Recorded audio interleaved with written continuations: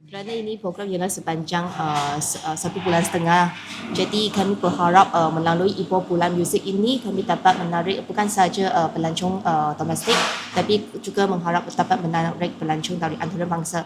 Kerana hanya saja untuk Harmony Music Club ini, dia sudah ada peserta daripada antarabangsa termasuk dari China, Colombia, dan mereka juga sudah jemput Singapura dan Thailand lah. Sekarang tunggu mereka untuk pengesahan untuk kehadiran mereka lah. Kerana Harmony Music Club ini kali ini ialah tahun ketiga, dan sebelum itu mereka pun dapat menarik ribu-ribu punya peserta untuk datang ke Ipoh lah. Selain daripada itu, kami ada larian itu ialah terbuka kepada orang awam.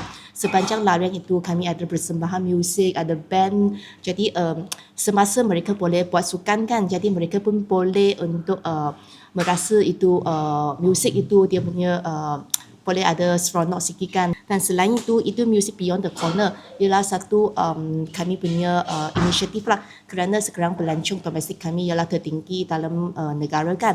Jadi itu Beyond the Corner ialah macam flash mob kami akan letak info semua di Facebook YB Law CE dan juga Facebook NGO mereka, dan dia ada 5 lokasi sebagai itu peringkat awal lah. Kami ada bermaksud kami letak satu itu dia punya banner ke satu banting di sana. Lepas itu mereka akan pergi sana, tapi tak tentukan masa dan tarikh lah. Kami just macam boleh dapat satu surprise untuk pengunjung ke kafe tersebut, ke tempat tersebut lah.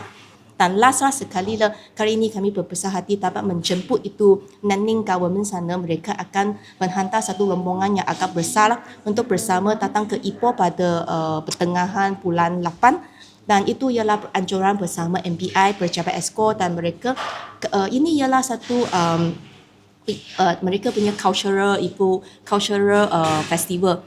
Jadi mereka akan bawa dia punya penari, dancer dan penyanyi daripada Nanning, China, dan kami sini akan bersembahan bersama crossover cultural bersama China dan Ipoh. Ini ialah sebagai satu majlis penutup besar sempena itu Ipoh Bulan Muzik lah. Jadi selain daripada kita boleh merancangkan pelancongan di Bandar Ipoh ni, pihak kami juga berharap supaya, kan kita kata muzik itu tak ada sembaran.